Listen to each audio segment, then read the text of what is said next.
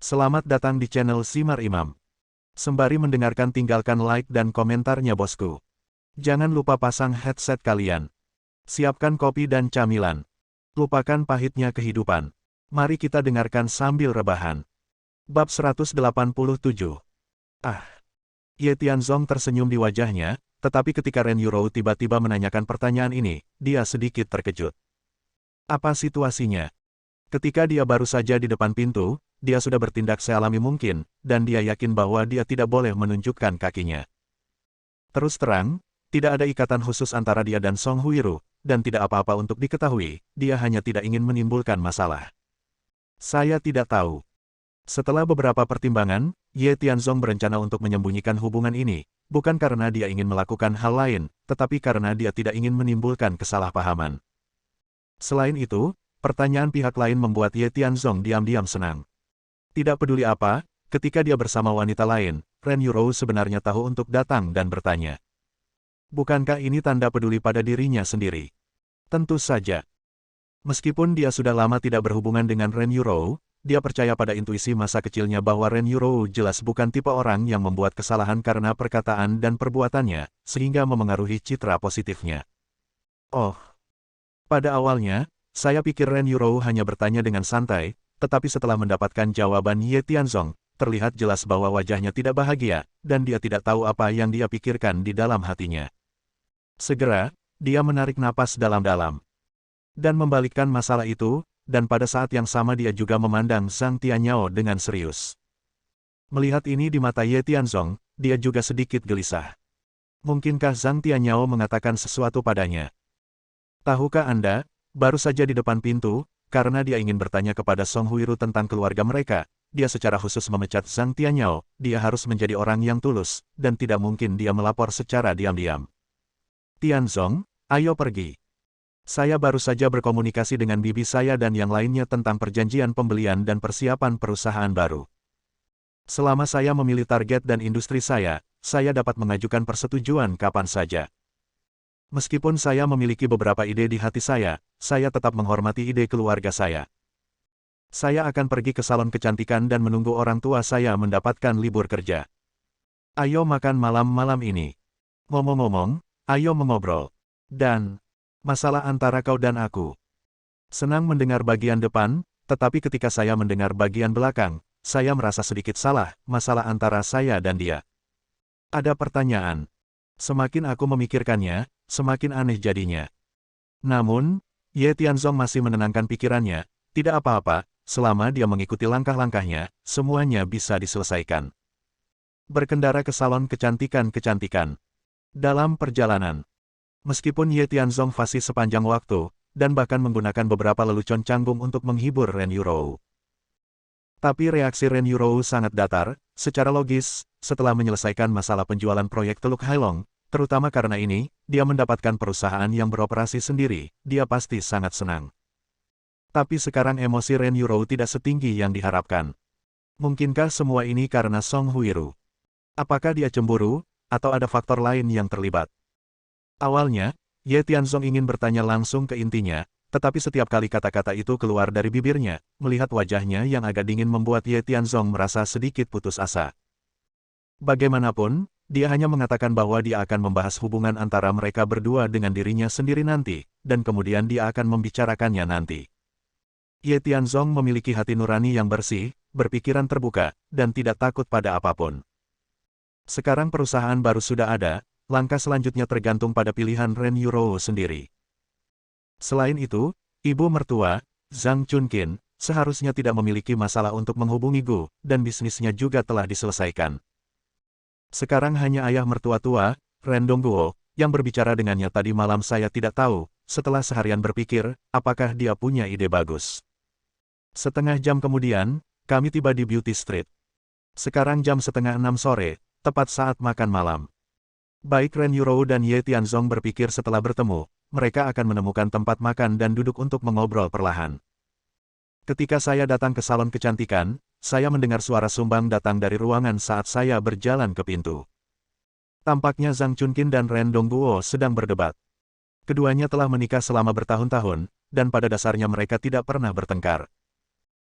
Meskipun terkadang ada gesekan dalam hidup, karena Ren Dongguo selalu suka menelan amarahnya, dan dia sangat mencintai Zhang Chunkin, dia biasanya mentolerirnya, tetapi kali ini nadanya tampak meledak, kontradiksi lebih bertentangan, satu sama lain tidak menyerah, dan mereka masih menghancurkan banyak hal. Kuncinya adalah, kedua salon kecantikan tersebut kini digabungkan menjadi satu, apalagi karena restu dari Crystal Bed. Sekarang sudah lewat jam 6 sore yang merupakan waktu puncak untuk perawatan kecantikan. Bahkan, mereka sudah mempersiapkan diri dengan baik sebelum tiba. Saya khawatir saya harus menunggu mereka sibuk sebentar, setidaknya jam 7 atau 8 sebelum makan. Tapi sekarang, lobi sepi dan longgar, dan masih ada karyawan yang duduk di depan pintu dan bermain dengan ponsel mereka, atau ada karyawan berpasangan dan bertiga berkumpul, bergosip, dan objek diskusi adalah Ren Dongguo dan istrinya. Karena suaranya terlalu berisik, saya tidak dapat mendengarnya dengan jelas, tetapi tidak sulit membayangkan pasti ada kecelakaan dalam bisnis ini. Sayang, ayo masuk dan lihat. Saatnya berbisnis, pelanggan tidak banyak, bahkan karyawannya menganggur. Jangan sampai terjadi apa-apa. Setelah Ye Tianzong selesai berbicara, Ren Yurou hanya mengangguk sedikit, dan bahkan berlari lebih cepat darinya. Diikuti oleh. Saat ini, Zhang Chunkin sedang memegang nampan di tangannya, berencana untuk menghancurkannya di tanah. Begitu pula Ren Dongguo. Tak mau kalah, dia juga memegang piring di tangannya, seolah-olah kamu menghancurkannya dan aku menghancurkannya. Nah, kamu Ren Dongguo, kamu sangat berani, kamu berani melawan wanita tuaku. Katakan padaku, apakah si bodoh itu dihasut di belakangnya? Sejak si bodoh itu datang ke rumah kami, kamu terus mengikutiku lagi dan lagi. Benar, Anda benar-benar berani menghentikan saya melakukan bisnis hari ini dan menakut-nakuti semua pelanggan. Apa yang Anda coba lakukan? Apakah Anda tidak ingin melihat saya dengan baik? Anda tidak memiliki kemampuan, tidak ada kemampuan, dan Anda hanya berharap saya akan mengikutimu selama sisa hidupmu. Zhang Chunkin sangat marah sehingga wajahnya memerah, dia mulai menegur, dan juga melompat-lompat, tetapi dia masih sedikit waspada terhadap Ren Dongguo, dan dia tidak menjatuhkan barang-barang di tangannya setelah berlama-lama. Waktu. Ren Dongguo merasa malu dan tidak berdaya. Dia tidak ingin berkonflik dengan istrinya, tetapi ini adalah masalah hidup dan mati bagi keluarga. Sebelum putri dan menantunya kembali, dia tidak bisa membiarkan istrinya melakukan kesalahan, bahkan jika itu menyebabkan pengaruh buruk, bahkan para tamu mereka semua takut, dan dia harus berpegang teguh pada hatinya, dan berkata tanpa rasa takut, bisnis Anda besar, dan saya akan mengikutinya, tetapi jika Anda melakukan kesalahan sebagai seorang suami, saya memiliki kebutuhan dan tanggung jawab memperbaiki Anda, tidak mungkin bagi saya untuk melihat Anda membuat kesalahan dan mengikuti kesalahan Anda. Jangan beritahu saya alasan besar itu. Saya sekarang memiliki 2 salon kecantikan, dan saya telah bernegosiasi dengan Nyonya Gu, dan saya akan menginvestasikan uang untuk kami. Sekarang saya harus memilih alamatnya, termasuk cara mengoperasikan dan mengemas perusahaan. Saya memiliki pikiran saya, apakah ada masalah? Saya pikir Anda jelas cemburu, dan kecemburuan semacam ini pasti ditularkan kepada Anda oleh orang bodoh itu. Katakan padaku, apakah itu benar? Jika Anda tidak mengatakannya, saya akan kacau semua barang di toko ini. Jika wanita tua itu tidak berkembang dengan baik, Anda tidak ingin memiliki kehidupan yang baik. Ketika saatnya tiba, kami akan mengambil 2 dan melihat apakah Anda dapat menemukan seorang istri di masa depan, anak yang sakit. Kedua belah pihak berperang satu sama lain, dan suasana sudah mencapai tahap demam. Melihat ledakan besar akan terjadi, Ren Yurou yang baru saja berlari, segera bergegas menghentikan Zhang Chunkin, dan Ye Tianzong juga mengikuti. Untuk menghalangi Ren Dongguo, dia sudah bermata merah. Di bawah penghalang putri dan menantu mereka, keduanya menyerah pada tindakan menghancurkan barang, tetapi mereka dipegang erat di tangan mereka. Jika ada kelainan, pertempuran masih bisa berlanjut. Ayah, ibu, apa yang kamu lakukan? Ini adalah salon kecantikan dan perusahaan. Tidakkah kamu merasa malu melihat begitu banyak pelanggan dan karyawan yang menonton? Selain itu, apakah ada yang tidak bisa diselesaikan di rumah melalui diskusi dan diselesaikan secara perlahan? Mengapa kamu harus tinggal di sini? Ren Yurou awalnya dalam suasana hati yang baik, tetapi setelah melihat suasana seperti ini, dia sangat bingung hingga dia hampir berteriak dengan nada menderu. Mereka saat ini di kantor. Setelah Ye Tianzong menenangkan Ren Dongguo beberapa kata, dia berbalik dan menutup pintu. Dia juga memberitahu karyawan, dan berkata dengan suara rendah, semua orang menunggu di luar, dan tidak ada yang membicarakannya. Jika tidak bekerja di salon kecantikan kami adalah nomor 2, saya akan mempersulit Anda untuk bertahan di industri ini, Anda tahu. Ye Tianzong bodoh. Ini adalah label yang diberikan semua orang padanya, dan keluarga ini adalah pria kecil yang sukses. Dia secara tidak sengaja mendapatkan 2 salon kecantikan, dan karyawannya juga sangat tidak yakin. Menghadapi apa yang disebut pencegahan Ye Tianzong, tidak ada yang peduli sama sekali. Dan bahkan mendengus dingin. Setelah menutup pintu, Ye Tianzong merasa tidak bisa terus seperti ini. Jika karyawan dan bos tidak memiliki pikiran yang sama, maka perusahaan bahkan tidak ingin bertahan. Tentu saja, ini adalah sesuatu. Tanyakan dia. Zhang Chunkin duduk dengan marah, dan menunggu Ren Dongguo, orang tua ini, dia tidak memiliki kemampuan, dan dia tidak ingin saya berkembang dengan baik. Apakah ada yang salah dengan ide yang saya kemukakan? Dia pikir dia mampu, tetapi saya membiarkan dia mengusulkan solusi, tetapi saya tidak tahu harus berbuat apa, dan saya harus menunggu sampai Anda kembali untuk membuat keputusan. Anda membuat keputusan. Apa yang dapat Anda lakukan? Satu proyek Halong Bay akan segera hilang, dan kamu masih harus mengandalkan ibumu untuk mendukungmu. Salah satunya adalah pemborosan yang tidak berharga, mengandalkanmu, kupikir keluarga kita akan mati. Chunkin, apa yang kamu katakan sudah cukup, kapan aku akan mengatakan? Ayah, ibu. Ren Dongguo secara naluriah ingin membela diri lagi, tetapi Ye Tianzong segera berkata untuk meredakan suasana, hari ini memang sangat melelahkan, tetapi ada juga hadiahnya.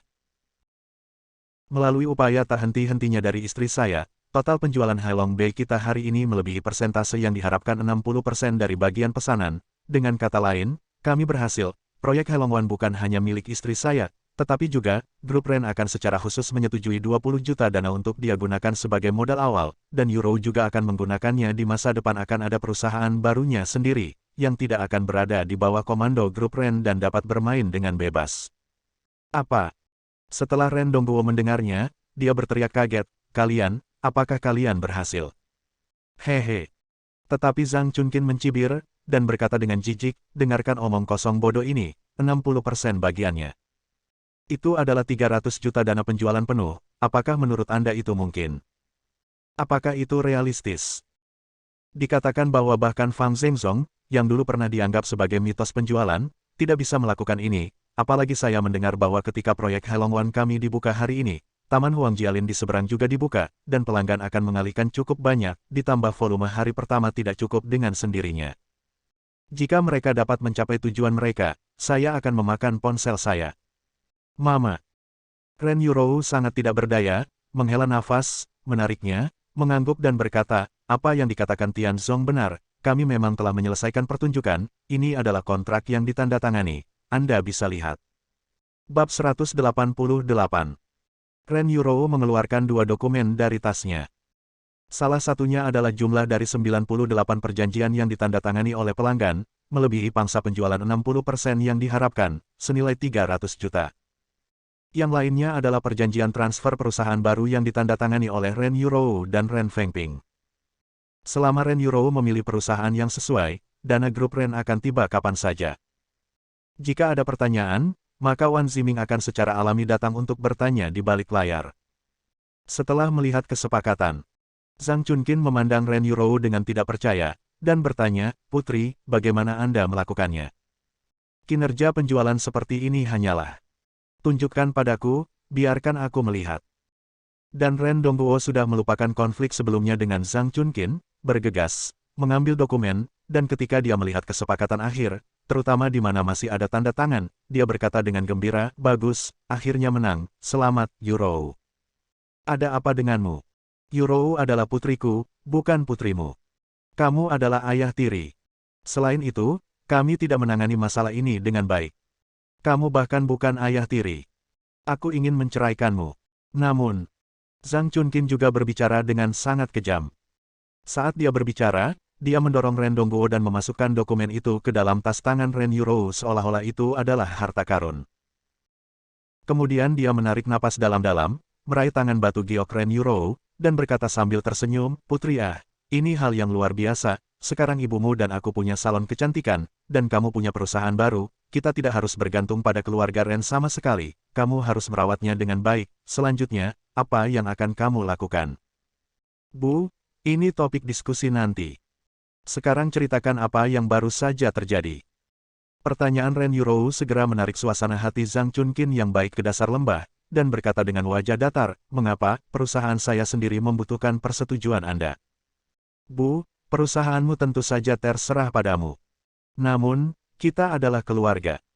Jika kamu tidak memberitahu kami dan tidak membicarakannya, maka kurasa kami tidak perlu membicarakannya denganmu. Sikap Ren Yurou agak keras. Lagi pula, menurut pendapatnya, Ren Dongguo telah merawatnya selama bertahun-tahun. Perhatiannya jelas bagi semua orang. Dalam hati saya, dia juga ayah kandung saya. Oleh karena itu, apa yang dikatakan Zhang Chunkin barusan benar-benar melukai harga diri orang. Jadi, setelah mengatakan itu, Ren Yurou bangkit dan berdiri, berjalan di depan Ren Dongguo, langsung meraih lengannya, dan berkata dengan sungguh-sungguh, dia adalah ayahku, jika kamu ingin memperlakukannya sebagai orang luar dan Tianzong sebagai orang luar, maka kami Anda adalah keluarga, dan Anda adalah orang luar.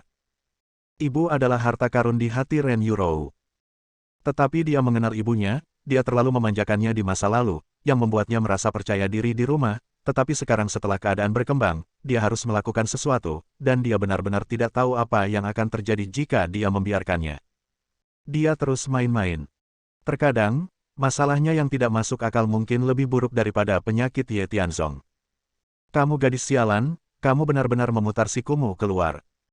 Zhang Chunkin sangat kesal, sementara Ren Dongguo berkata dengan senyum masam yang tak berdaya, Chunkin, saya juga melakukannya untuk kebaikan Anda sendiri. Bukankah baik bagi kami untuk meminta mereka membantu masalah ini? Bukan untuk menyangkal Anda, itu hanya untuk menemukan solusi yang tepat. Jika Anda terus seperti ini, apalagi grup kecantikan Anda tidak dapat membukanya, saya khawatir Anda bahkan tidak dapat mempertahankan dua salon kecantikan ini. Petik 2. Bu, katakan padaku, aku dan istriku ada di sini, dan kami dapat membantumu menyelesaikan masalahmu. Apakah kamu tidak melihat karyawan dan pelanggan itu? Apakah mereka semua takut dengan salon kecantikan kita sekarang? Aku. Diam. Zhang Chunkin memelototi Ye Tianzong. Dia adalah wanita yang sangat kuat, dan sekarang dikelilingi oleh keluarganya membuatnya sangat tidak nyaman, tetapi tidak mungkin, masalahnya sudah sampai pada titik ini, jika situasi keluarga tidak berdamai, diperkirakan urusan perusahaan tidak dapat ditangani dengan benar. Apalagi sekarang proyek Helongwan sudah di tangan, putri saya juga bisa memiliki perusahaan baru, dan mungkin dia bisa membantu. Kalian kejam. Apakah aku mengatakan itu tidak cukup? Yurou, ingat, kamu benar-benar membantu mereka mempermalukanku. Ren Dongguo, aku tidak akan pernah melupakan apa yang terjadi hari ini, tunggu saja aku. Dan idiot, jangan ikuti pantatmu sepanjang hari, aku akan kesal hanya dengan melihatmu. Meskipun dia mengobrol sepanjang waktu, Ye Tianzong dan yang lainnya semua saling memandang dan tersenyum ketika mereka melihatnya tenang. Mengetahui kepribadiannya, mereka tidak terlalu peduli. Kemudian, setelah beberapa kenyamanan, semua orang duduk turun dan mulai berbicara. Sayang, izinkan aku mengatakannya. Sejak Ye Tianzong bergabung dengan keluarga Ren, temperamen dan karakter Ren Dongguo menjadi lebih keras dari sebelumnya. Sekarang semua orang duduk, dia mengajukan diri. Ini adalah awal dari rasa percaya diri. Tapi Zhang Chunkin sedikit malu, tapi menyetujui perilakunya. Ini seperti ini. Bisnis kami berjalan dengan baik, dan sebelum Anda datang, ada banyak tamu di sini, dan itu adalah pemandangan yang membahagiakan. Namun, setelah menerima telepon dari Mes Gudan menyelesaikan masalah dengan istri saya istri ini agak gila. Tidak, tunggu sebentar. Kata-kata Ren Dongguo membuat Ye Tianzong sedikit bingung, dan menyela, Nona Gu ini menelepon. Paling banyak, dia ingin berinvestasi, dan menurut apa yang Anda komunikasikan dengannya malam itu, dana mereka akan segera tiba di rekening. Ini adalah hal yang baik, bagaimana kamu bisa membiarkan ibu? Ini masalahnya. Setelah Ren Dongguo menarik napas dalam-dalam, dia melanjutkan, mereka belum mendapatkan dana, jadi mereka bilang harus menunggu. Tapi kita bisa mulai bersiap dulu, karena keluarga kita masih punya uang, dan ibumu sudah memilih alamat terlebih dahulu. Jika Anda ingin membayar deposit, itu ada di gedung tidak jauh dari jalan kecantikan kami. Menurut saya itu tidak terlalu bagus, tetapi ibumu menyukainya. Ibumu bersikeras membayar, saya menghentikan ibumu dan marah padaku. Lambatnya membuat takut pelanggan, dan karyawan tentu saja.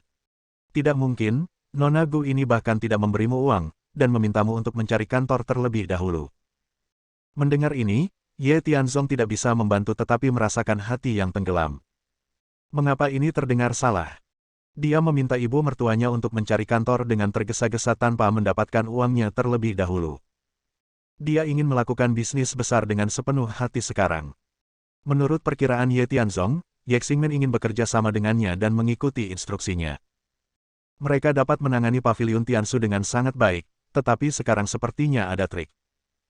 Namun, dia belum sepenuhnya yakin, dan tidak mudah untuk membuat penilaian, sehingga dia masih harus terus mengantisipasi. Mengapa kamu ingin memberi uang? Nona Gu adalah sebuah merek, hal-hal yang telah diselesaikan, apakah masih akan berubah? Ini akan terjadi dalam beberapa hari. Saya akan menyewa kantor terlebih dahulu, kemudian merekrut staf, dan segera mulai bekerja. Apa masalahnya? Meskipun depositnya agak tinggi, saya khawatir saya akan menggadaikan salon kecantikan dan dapatkan kembali dananya dulu. Tidak apa-apa untuk mengisinya dalam beberapa hari. Tapi Ren Dongguo ini bersikeras menghentikan saya menggadaikan salon kecantikan, yang membuat saya merasa tidak nyaman dan melampiaskannya. Jadi ada apa?